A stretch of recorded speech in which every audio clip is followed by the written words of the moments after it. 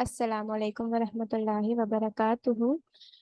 Ratio analysis का topic हम कर रहे थे। रेशियो एनालिसिस के टॉपिक में सबसे पहले हमने उसका लिटिल इंट्रो देखा था, और उसके बाद हम लोगों ने टूल्स ऑफ फाइनेंशियल एनालिसिस देखे थे, जिसमें हमारे पास 3 टूल्स आए थे। 3 टूल्स वो कौन कौन से थे? Vertical analysis, horizontal analysis and ratio analysis. तो अपने प्रीवियस लेक्चर्स में हमने वर्टिकल एनालिसिस और हॉरिजॉन्टल एनालिसिस को डिस्कस कर लिया था। इसके अलावा मैंने रेशियो एनालिसिस के इंट्रो में आप लोगों को रेशियो एनालिसिस के फॉर्मूलाज के बारे में बता दिया था। तो आज बेसिकली हम देखेंगे कि अगर हमारे पास कोई क्वेश्चन है रेशियो एनालिसिस का, तो उसे हम किस तरह सॉल्व करेंगे। ये आपके पास एक क्वेश्चन मौजूद है, स्किली कॉरपोरेशन। ठीक है, इसका फाइनेंशियल स्टेटमेंट आपके पास गिवन है और कुछ अदर इंफॉर्मेशन आपके पास गिवन है। आपको ये बता रहे हैं कि आपने basically compute the following ratios for 2011। 2011 के लिए आपने ये फर्दर रेशियोज को कैलकुलेट करना है। ठीक है। नंबर 1 रेशियो जो आपके पास आ रहा है वो आ रहा है करंट रेशियो। करंट रेशियो का फॉर्मूला हमने डिस्कस किया था, वो था current ratio is equals to current assets divided by current liabilities. के जितने भी करंट एसेट्स हैं उनको हम डिवाइड कर देंगे किससे? करंट लाइबिलिटीज से, तो हमारे पास करंट रेशियो आ जाएगा। ठीक है, तो अब हम देखते हैं अपने क्वेश्चन में कि हमारे पास करंट एसेट्स कितने हैं। यहाँ पर आपको अलग अलग नहीं दिया हुआ, but most of the questions में आपको जो है वो current assets, non current assets अलग अलग दिए होंगे। यहाँ आपने खुद रिकॉग्नाइज करना है which are your current assets and which are your non current assets. ठीक है। अच्छा, अब देखिए, land is your fix asset, building is your fix asset. हम यहाँ पे देख रहे हैं सिर्फ करंट एसेट्स को। हमारे पास इन्वेंट्री, अकाउंट रिसीवेबल और कैश यहाँ पर है करंट एसेट्स। हमने क्या किया, इन तीनों अमाउंट्स को सम अप कर लिया। ठीक है, तीनों अमाउंट्स को सम अप करके हमने यहाँ लिखा, इसका सम आ रहा है 35,500। हमें डिवाइड करना है उसको करंट लाइबिलिटीज से। तब हम देखते हैं अपने क्वेश्चन में कि हमारे पास करंट लाइबिलिटीज कितनी है। हमारे पास करंट लाइबिलिटी एक ही है जो कि है अकाउंट्स पेबल, तो हमने डायरेक्ट इसका अमाउंट ले लिया 12,370। ठीक है, हमने यहाँ पर इसका ले लिया। ठीक है, जब हमने इसे डिवाइड किया तो हमारे पास आंसर आ रहा है 2.86 रेशो 1। रेशो 1 का क्या मतलब है? नीचे वाली टर्म जो है डिनोमिनेटर 1 हो गया, और जो न्यूमरेटर है 35,500, उसका आंसर है 2.86। करंट रेशियो हमें क्या बता रहा होता है? करंट रेशियो हमें बताता है कि हमें अपनी हमारे पास शॉर्ट टर्म एसेट्स को पे ऑफ करने की कितनी एबिलिटी है। मोस्टली ये रेशियो कब फेवरेबल होता है? जब आपका ये रेशियो ग्रेटर देन 1 होगा, तो इसका मतलब your business is in favourable position. जैसे यहाँ पर हमारे पास है 2.9। जैसे फॉर एग्जांपल अगर हमारे पास एसेट्स 1 है, सॉरी, अगर हमारे पास लाइबिलिटीज 1 है, तो उसके अगेंस्ट में हमारे पास 2.9 एसेट्स मौजूद है। यानी कि हम इस कंडीशन में हैं कि हम अपनी लाइबिलिटीज को पे ऑफ कर सकते हैं। Current ratio basically is a part of liquidity ratio. Liquidity ratio में हम देखते हैं कि हमारे पास अपनी शॉर्ट टर्म डेट्स को, शॉर्ट टर्म लाइबिलिटीज को पे ऑफ करने की कितनी एबिलिटी है। The second ratio is the asset test ratio. Acid test ratio को आप क्विक रेशो भी कहते हैं। क्विक रेशो का फॉर्मूला होता है quick assets divided by current liabilities. अब देखें, हमने करंट एसेट्स तो देख लिए थे। करंट एसेट्स कौन से होते हैं? वो जो 1 साल के अंदर अपनी वैल्यू को चेंज कर लें या वो 1 साल के अंदर रिकवर हो सकें, ये सब करंट एसेट्स कहलाते हैं। ठीक है, क्विक एसेट्स कौन से होते हैं? क्विक एसेट्स का दूसरा नाम लिक्विड एसेट्स भी होता है। ठीक है, लिक्विड एसेट्स कौन से होते हैं? Which are easily convertible in cash. जैसे करंट एसेट्स तो हैं 1 साल के अंदर कन्वर्ट होते हैं, लेकिन लिक्विड एसेट 1 साल से भी ज्यादा कम के अरसे में जो है कम कन्वर्टेड इनटू कैश होते हैं। ठीक है, इसमें बेसिकली आपके इन्वॉल्व होते हैं कैश और अकाउंट्स रिसीवेबल और शॉर्ट टर्म इन्वेस्टमेंट, ये सब आपका पार्ट होती है लिक्विड एसेट्स का। प्रीपेड और इन्वेंट्री आपके लिक्विड एसेट का पार्ट नहीं होती। तो यहाँ पर हमें क्विक एसेट्स चाहिए, तो हम क्या करेंगे कि हमारे पास दो क्विक एसेट्स मौजूद हैं, एक अकाउंट रिसीवेबल और एक कैश। इन्वेंट्री जो है करंट है, बट ये क्विक एसेट नहीं है, जैसा कि मैंने अभी आपसे डिस्कस किया। तो हमने क्या किया, 21,200 और 4,300 को सम अप कर लिया। ठीक है, लाइक दिस। तो हमारे पास आ रहा है 25,500। करंट लायबिलिटी हमारे पास एक ही थी, 12,370। तो हमने इसको जब डिवाइड किया तो हमारे पास आंसर आ रहा है 2.06:1। ठीक है, इसको हम राउंड ऑफ भी कर सकते हैं, इट इज 2.1। यानी कि हमारा जो क्विक रेशो आ रहा है वो कितना आ रहा है, 2.1। यानी कि अगर हम अपनी क्विक एसिड से देखें तो हमारी क्विक एसिड से हमारी एबिलिटी है 2.1। हम अपने क्विक एसिड से भी एबिलिटी रखते हैं कि हम अपने शॉर्ट टर्म डेट्स को पे ऑफ कर सकते हैं। ठीक है, जो थर्ड रेशो है वो आपके पास आ रहा है रिसीवेबल टर्नओवर्स। रिसीवेबल टर्नओवर्स, जितने भी टर्नओवर्स होते हैं उनकी यूनिट आपके पास होती है टाइम्स। ठीक है, अगर हम रिसीवेबल टर्नओवर की बात करें तो ये बेसिकली हमें बताता है कि हमने अपने साल के दौरान, अपने पूरे फाइनेंशियल पीरियड में कितनी टाइम्स जो है वो अपने रिसीवेबल्स को कलेक्ट किया है। इसका फॉर्मूला होता है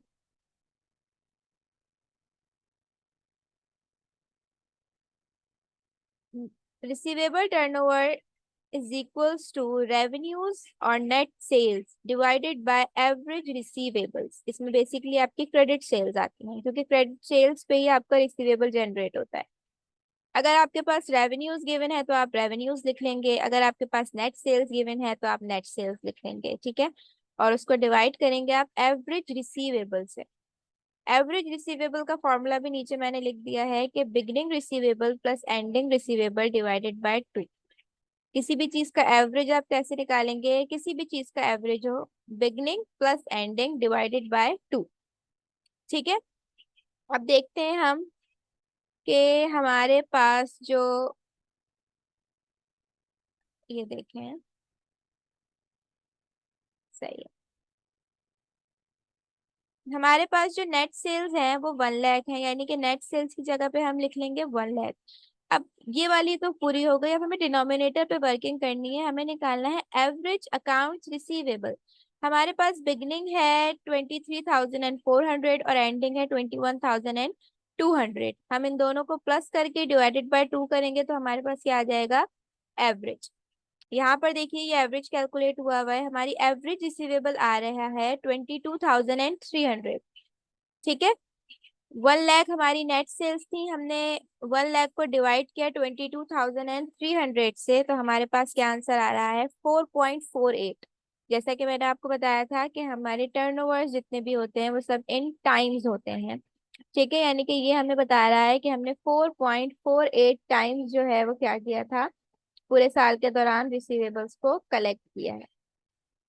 इज दैट क्लियर? जो नेक्स्ट रेशो आपके पास आ रहा है वो आ रहा है inventory turnover ratio. Inventory turnover ratio हमें बताता है कि हमने साल के दौरान कितने टाइम्स अपनी इन्वेंट्री को सेल आउट किया। इन्वेंट्री का ताल्लुक किससे है, कॉस्ट ऑफ गुड्स सोल्ड से। ठीक है, इसका अगर हम फॉर्मूला देखें तो इन्वेंट्री टर्नओवर का फॉर्मूला होता है cost of goods sold divided by average inventory. Cost of goods sold आपको क्वेश्चन में गिवन होगी, उसको आप डिवाइड करेंगे एवरेज इन्वेंट्री से। जैसा कि मैंने आपको बताया, किसी भी चीज का हमें अगर एवरेज कैलकुलेट करना है तो हम beginning plus ending divided by 2। Question में अगर हम देखें तो हमारे पास कॉस्ट ऑफ गुड्स सोल्ड है 60,000। ठीक है, तो कॉस्ट ऑफ गुड्स सोल्ड की जगह हम लिख लेंगे 60,000। इन्वेंट्री का बिगनिंग बैलेंस है 7,000 और एंडिंग बैलेंस है 10,000। हमारी कॉस्ट ऑफ गुड्स सोल्ड थी 60,000, हमने यहाँ लिख ली। एवरेज हम कैलकुलेट कर रहे हैं, 10 + 7 डिवाइडेड बाय 2, 8,500 हमारे पास आ रही है एवरेज इन्वेंट्री। क्या करेंगे हम, 60,000 को डिवाइड करेंगे 8,500 से, तो हमारे पास आ रहा है 7.05 टाइम्स। यानी कि हमने पूरे पीरियड में, पूरे अपने फाइनेंशियल ईयर में 7.05 टाइम्स अपनी इन्वेंट्री को सेल आउट किया। ठीक है। Okay, then if we talk to other ratio which is the profit margin ratio. Profit margin basically आपके पास डिफरेंट तरह के मार्जिन होते हैं, like gross profit margin, operating profit margin and net profit margin. लेकिन यहाँ पर सिर्फ मेंशन है प्रॉफिट मार्जिन। तो जब भी आपके पास सिर्फ प्रॉफिट मार्जिन मेंशन होगा तो आप सिर्फ क्या मालूम करेंगे, आप नेट प्रॉफिट मार्जिन को मालूम करेंगे। ठीक है। अगर हम नेट प्रॉफिट मार्जिन का फॉर्मूला देखें तो हमारे पास फॉर्मूला आता है net income divided by revenues या फिर नेट सेल्स। ठीक है। कहीं रेवेन्यूज गिवन होंगे, कहीं नेट सेल्स, तो इसीलिए दोनों चीजें लिख दी हैं कि जहां जो चीज अवेलेबल है आप वहां उस चीज को यूज करेंगे। ठीक है। अब देखो, ये रेशियो हमें क्या बता रहा होता है, ये रेशियो हमें बता रहा है कि नेट प्रॉफिट मार्जिन यानी कि हमारे टोटल रेवेन्यूज में से हमारा नेट प्रॉफिट का मार्जिन कितना है। ठीक है। यानी कि अगर हम देखें हमारे पास पीछे नेट सेल्स थी 1 लाख, हमने नेट सेल्स यहाँ लिखनी है।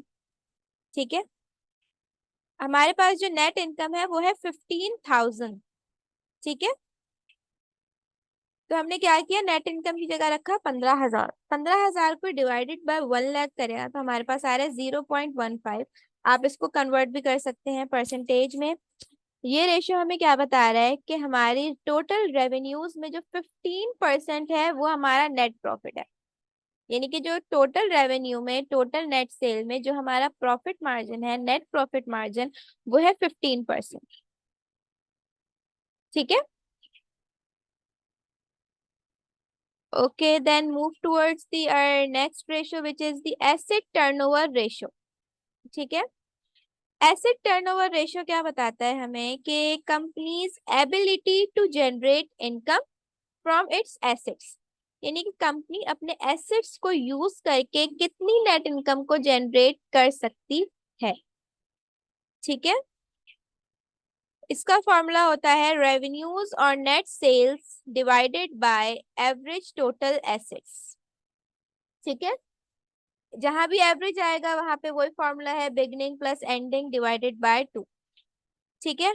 सबसे पहले हम एवरेज कैलकुलेट करते हैं। अगर तो हमारे पास जो एवरेज आ रहा है, हमारे पास टोटल एसेट्स ये वाले होते हैं। ठीक है। जो हमें हमारे पास बैलेंस शीट में टोटल एसेट्स का कॉलम ये वाला होता है, तो ये टोटल एसेट्स है। बिगनिंग है हमारे पास 1,20,100 और एंडिंग है हमारे पास 1,10,500। हमने दोनों को सम अप किया और डिवाइडेड बाय 2 कर दिया। ठीक है। अगर हम इसके सॉल्यूशन की तरफ देखें तो हमारे पास जो एवरेज आ रहा है वो आ रहा है 1,15,300। हमने 1 लाख को जो हमारी नेट सेल्स थी डिवाइड किया 1,15,300 से, तो हमारे पास जो आ रहा है 0.86। यानी कि 0.86 जो है कंपनी की एबिलिटी है। ठीक है। तो हम रिटर्न ऑन एसेट्स पे थे। किस तरह हम कैलकुलेट करेंगे रिटर्न ऑन एसेट्स, हमारे पास नेट इनकम मौजूद है 15,000, हमने उसे डिवाइड किया एवरेज टोटल एसेट्स से, तो हमारे पास क्या आंसर आ रहा है 0.13। ठीक है। यानी कि कंपनी ने अपनी एसेट्स को यूज करके 0.13%, यानी कि अगर हम देखें तो 13% जो है वो जनरेट किया, किससे, अपने एसेट्स को यूज करके। यानी नेट इनकम में जो 13% है वो कहाँ से है, वो हमारे रिटर्न ऑन एसेट्स की है, कि हमारे एसेट्स के ऊपर जो रिटर्न आया है वो आया है हमारी नेट इनकम का 13%। ठीक है। नेक्स्ट देखते हैं कि return on ordinary share holder equity, यानी कि कंपनी ने अपनी इक्विटी से कितना रिटर्न जो है वो जनरेट किया है। तो इसका जो फॉर्मूला होता है वो हमारे पास आता है return on ordinary share holder equity is equals to net income minus preferred dividends divided by average total share holder equity. Return on ordinary share holder equity, अगर आपको पता हो तो हमारे पास दो तरह की इक्विटीज होती हैं। First one is the preferred stock equity, like वो इक्विटी जो हमें प्रेफर्ड स्टॉक से मिलती है, और एक वो जो हमें ऑर्डिनरी शेयर होल्डर स्टॉक से मिलती है, यानी कि वो शेयर जो हमने पब्लिक इशू किए हैं या वो शेयर जो हमने पब्लिक इशू नहीं किए वो हमने किसी और को दिए, लाइक बोर्ड ऑफ डायरेक्टर्स, तो वो प्रेफर्ड स्टॉक में आ जाते हैं। ठीक है, ओके। तो अगर हमारे पास नेट इनकम है और उसमें कोई प्रेफर्ड डिविडेंड ऐड है तो हम उसे माइनस करेंगे। अगर इन केस कोई प्रेफर्ड स्टॉक कोई प्रेफर्ड डिविडेंड नहीं है तो वो ही सिंपल आपकी नेट इनकम रहेगी। ठीक है, अगर हम अपने क्वेश्चन में चेक करें तो हमारे पास आ रहा है, हमारे पास एक ही इक्विटी है, ऑर्डिनरी इक्विटी। ठीक है, ये बिगिनिंग है ये एंडिंग है, 69 + 75 डिवाइडेड बाय 2। तो हमारे पास क्या आ जाएगी, हमारे पास एवरेज टोटल इक्विटी आ जाएगी। यही काम हमने यहाँ किया है। तो हमारी एवरेज इक्विटी आ रही है 72,000। हमने क्या किया, 15,000 को डिवाइड किया 72,000 से, तो हमारे पास क्या आंसर आ रहा है, 0.20। यानी हमारी नेट इनकम का जो 20% है वो क्या है, वो रिटर्न ऑन इक्विटी है। यानी कि अपने 20% जो है वो जनरेट किया है अपने एसेट्स, अपनी इक्विटी को यूज करके। ठीक है, यानी नेट इनकम में जो हमारा मार्जिन है रिटर्न का वो कितना है, इक्विटी का, वो 20% है। जो लास्ट रेशो आपके पास आता है वो आता है debt to total assets ratio. Debt to total assets ratio is a part of your solvency ratios. ठीक है, सॉल्वेंसी रेशोज कौन से होते हैं, या सॉल्वेंसी रेशोज हमें क्या बताते हैं, कंपनीज एबिलिटी टू पे लॉन्ग टर्म डेट्स। ठीक है, कंपनीज एबिलिटी टू पे long term debts. Liquidity ratios बताते हैं शॉर्ट टर्म डेट की एबिलिटी पे करने की, और सॉल्वेंसी रेशियोज बताते हैं लॉन्ग टर्म डेट को पे करने की ability. Like if we talk about here के अब हमारे पास क्या है, debt ratio is equals to total debt divided by total assets. ये रेशियो हमें बता रहा होता है कि हमारे टोटल एसेट्स में कितना परसेंट जो है वो हमारा डेट से खरीदा गया है, और ये रेशियो जितना कम होगा उतना हमारे लिए क्या होता है, फेवरेबल होता है। क्यों, क्योंकि जितना ये रेशियो कम होगा ये हमें बताएगा कि हम मोस्टली जो है वो किस पे डिपेंडेंट है, अपनी इक्विटी पर, अपनी डेट पर डिपेंडेंट नहीं है। ठीक है, टोटल डेट हमारे पास में इंक्लूड होते हैं long term plus short term debts, और टोटल एसेट्स में हमारे पास non current plus current assets. ठीक है, तो हमारे पास जो टोटल डेट थे वो एक ही हमारे पास लायबिलिटी गिवन है, अकाउंट्स पेबल, तो हमने उसी का अमाउंट यहाँ पर लिख लिया। और टोटल एसेट्स हमें लेने हैं 2011 के, क्योंकि हम 2011 के रेशियोज को क्या कर रहे हैं, कैलकुलेट कर रहे हैं। ठीक है,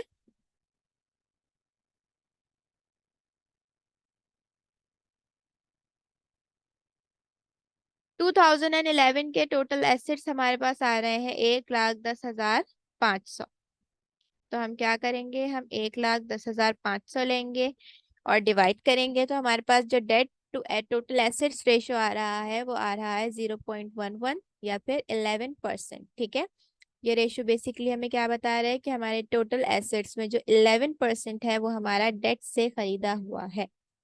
ठीक है, ये रेशियो जितना कम होगा उतना फेवरेबल होता है। क्यों, क्योंकि ये हमें बताता है कि हम कम से कम अपने डेट पर डिपेंडेंट है, और मोस्टली उस पैसे पर डिपेंडेंट है जो हमारा अपना पैसा है।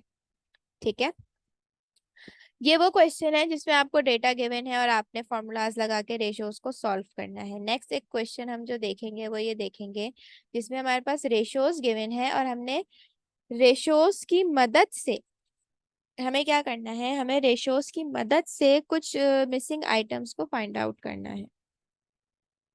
ठीक है, अगर हम फर्स्ट वन देखें तो हमें मालूम करनी है कॉस्ट ऑफ गुड्स सोल्ड। ठीक है, कॉस्ट ऑफ गुड्स सोल्ड हमें मालूम करनी है, तो अगर हम थोड़ा सा जहन लगाएं तो कॉस्ट ऑफ गुड्स सोल्ड हमारे इन्वेंट्री टर्नओवर रेशियो के फॉर्मूले में आती है। Inventory turnover is equals to cost of goods sold divided by average inventory. तो हम यहाँ क्या करेंगे, cost of goods sold find out करेंगे इन्वेंट्री टर्नओवर रेशियो से। ठीक है, इन्वेंट्री टर्नओवर रेशियो क्वेश्चन में हमारे पास गिवन है 3.5 टाइम्स। ठीक है, और एवरेज इन्वेंट्री हमें कैलकुलेट करनी पड़ेगी। एवरेज इन्वेंट्री में देखिए हमारे पास जो बिगिनिंग इन्वेंट्री है वो है 180 और जो एंडिंग है वो है 2 लाख।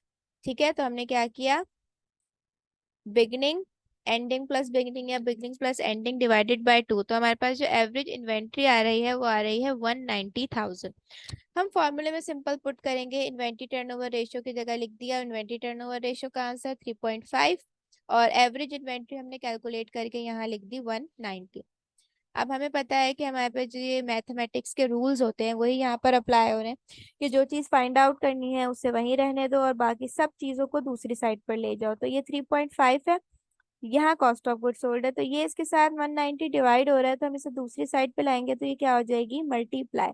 3.5 को मल्टीप्लाई करेंगे 190,000 से तो आपके पास आ जाएगी कॉस्ट ऑफ गुड सोल्ड। तो जब हमने मल्टीप्लाई किया तो हमारे पास आंसर आ रहा है 665,000, यानी कि आपकी कॉस्ट ऑफ गुड सोल्ड कितनी है, 665,000।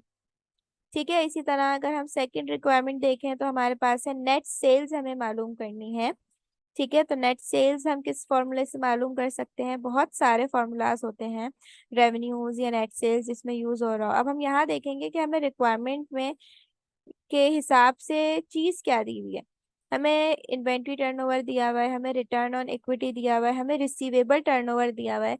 तो अगर हम थोड़ा सा जहन लगाएं तो रिसीवेबल टर्नओवर का फॉर्मूला क्या होता है, रेवेन्यूज या net sales divided by average receivables.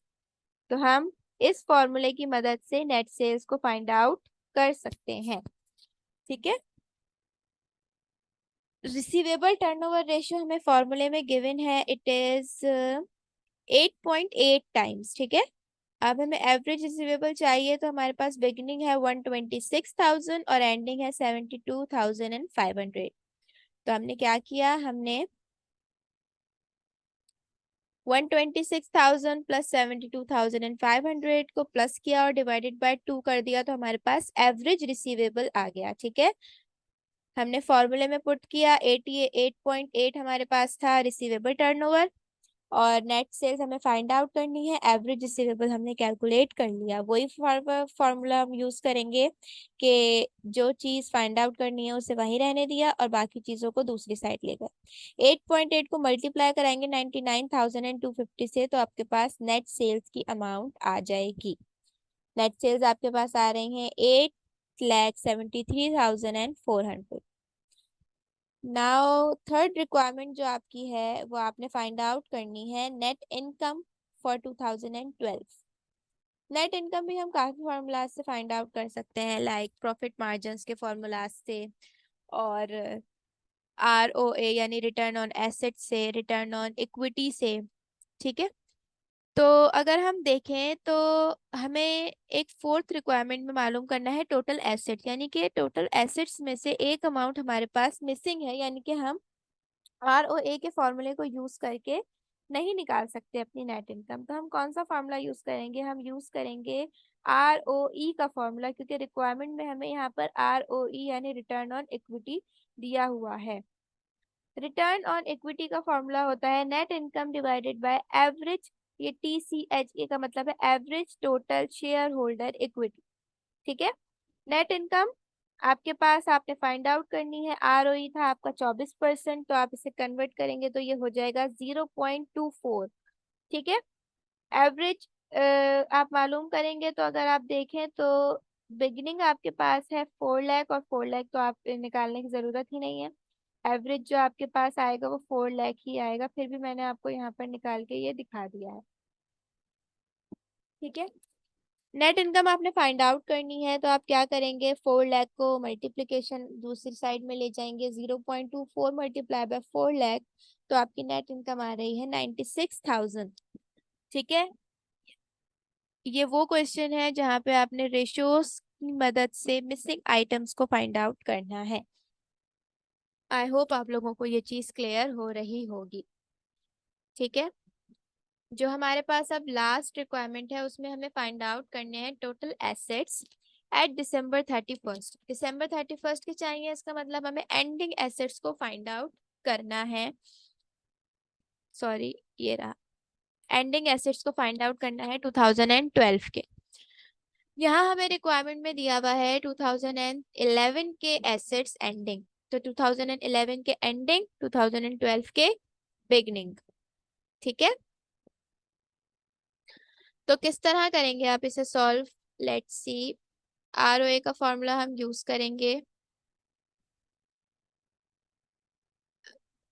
Total assets at December 31, यानी कि हमें एंडिंग एसेट्स को फाइंड आउट करना है। Ending assets is a part of average asset. ठीक है, जब हम एवरेज टोटल एसेट्स को फाइंड आउट कर रहे होते हैं तो वहां हम यूज करते हैं किसको? एंडिंग एसेट्स को। तो अगर हमें एंडिंग एसेट्स चाहिए तो सबसे पहले हमें एवरेज मालूम करना पड़ेगा। तो हमने क्या किया, आरओए हमारे पास गिवन था 20%, तो 20% क्या हो जाएगा? It will be 0.2। Net income हमने अभी कैलकुलेट की है 96,000।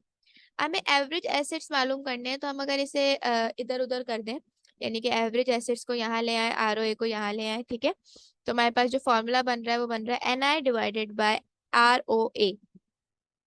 नेट इनकम आपके पास आ गई 96,000 डिवाइडेड बाय 0.2, तो आपके पास जो एवरेज टोटल एसेट्स आ रहे हैं वो आ रहे हैं 4,80,000। It is the average.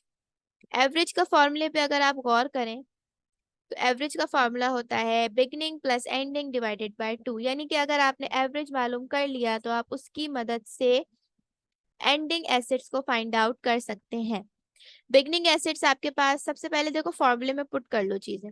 Beginning आपके पास गिवन है 6,05,000, सही है, आपने वो लिख लिया। अब आहिस्ता आहिस्ता इंटरचेंज करो कि ये डिविजिबल में है, वहां आके मल्टीप्लाई हो जाएगा, ये मल्टीप्लाई हो गया 9,60,000। यहाँ क्या बचा? 6,05,000 और एंडिंग। अब ये इसके साथ प्लस हो रहा है, ये प्लस में है, यहाँ आके माइनस हो जाएगा। 9,60,000 माइनस 6,05,000, जब आपने माइनस किया तो आपके पास जो एंडिंग एसेट्स आ रहे हैं वो आ रहे हैं 3,55,000। ठीक है, तो इस तरह से आप रेशोज के फॉर्मूलाज को यूज करके मिसिंग आइटम्स को फाइंड आउट कर सकते हैं। ठीक है, ये सिर्फ 2 क्वेश्चन है, there are huge number of questions of ratios. देखो इसमें जो सारा काम होता है वो आपका फॉर्मूलाज का होता है। अगर आपको फॉर्मूलाज नहीं आते तो आप रेशोज सॉल्व नहीं कर सकते। और फॉर्मूलाज आपको कब याद होंगे? जब आप इसकी मोस्टली बहुत ज्यादा प्रैक्टिस करेंगे।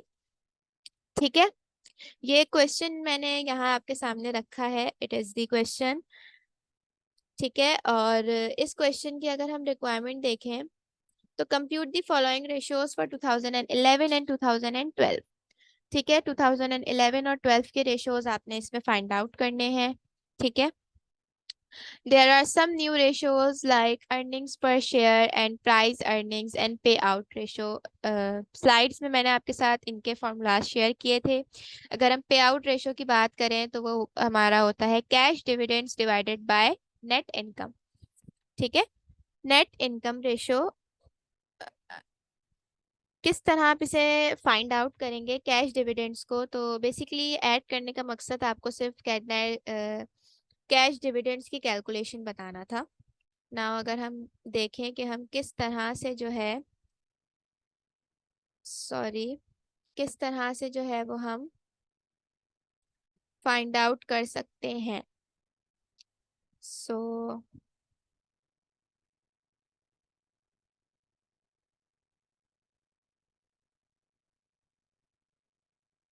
आई am searching for white board.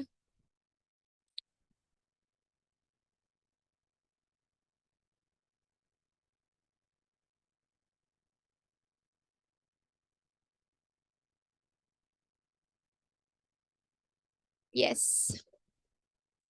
This is the white board. अगर हम इसमें देखें कि अगर हमें कैश डिविडेंड की कैलकुलेशन करनी है तो कैश डिविडेंड मोस्टली हमारे पास होता है।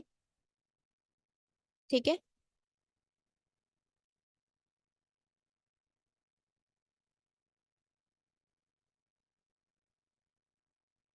ठीक है, ये एक टी अकाउंट है आपके पास रिटेन अर्निंग्स का।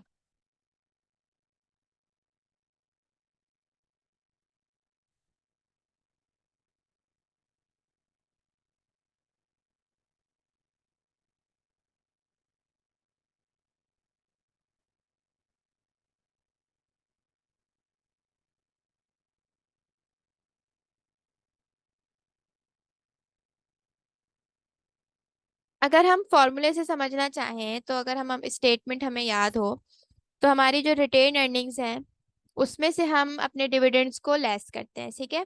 तो अगर हम बिगनिंग रिटेन अर्निंग्स में, ठीक है, बिगनिंग रिटेन अर्निंग में ऐड करें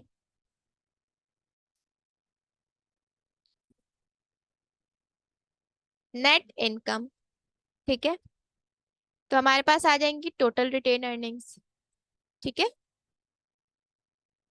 टोटल आर ई हमारे पास आ जाएगा, ठीक है। अब हम क्या करेंगे, इस टोटल आर ई में से माइनस कर देंगे एंडिंग आर ई, यानी कि ending balance of retained earning. तो हमारे पास क्या आ जाएगा कि जो रिटेन अर्निंग्स हमने कंज्यूम करी है, यूज करी है। मोस्टली तीन तरह से आपकी रिटेन अर्निंग्स यूज हो रही होती हैं। किस किस तरह से? The first one is the cash dividends, the second one is the stock dividends, and the third one is the reserve.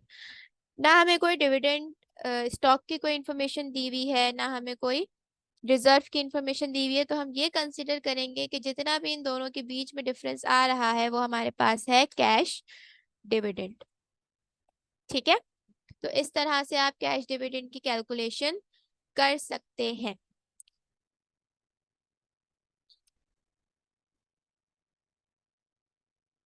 So this is all about the ratios topic.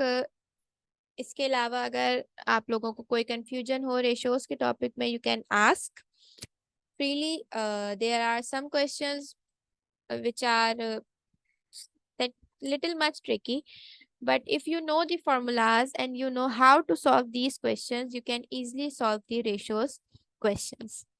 जज़ाकल्लाह खैर। आई होप आप लोगों को सब चीज़ clear हो गई होगी। अल्लाह हाफिज।